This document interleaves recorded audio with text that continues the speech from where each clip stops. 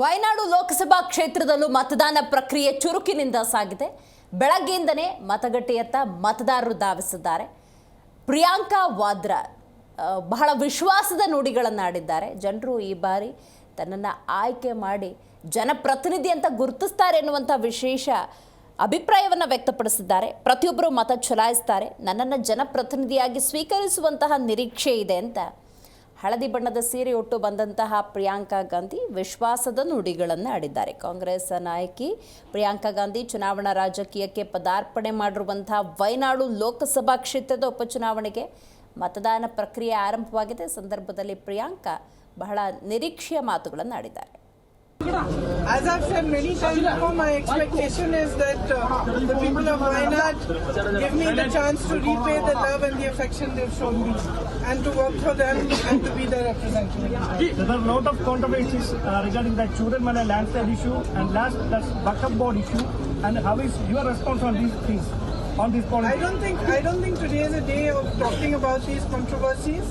I think it's the day for polling right now, and I just hope that everybody exercises their democratic right, comes out and votes. Will you force the majority of Rahul? G Kannada News ಈಗ ನಿಮ್ಮ ಮನೆಯಲ್ಲೇ ನೋಡಿ. ಎಲ್ಲ ಕೇಬಲ್ಗಳಲ್ಲಿ ಈಗ ಲಭ್ಯ.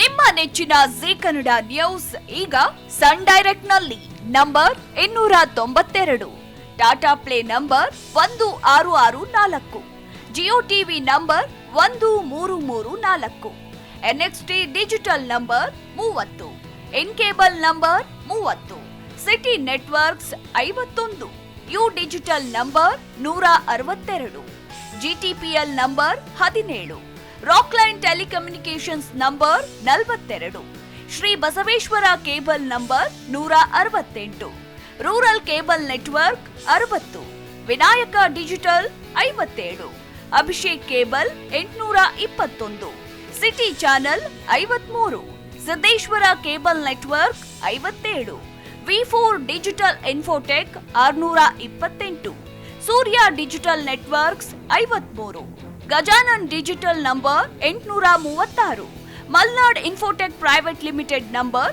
56, Metrocast number 830, Victory digital number 167ರಲ್ಲಿ ನೋಡಿ ಆನಂದಿಸಿ.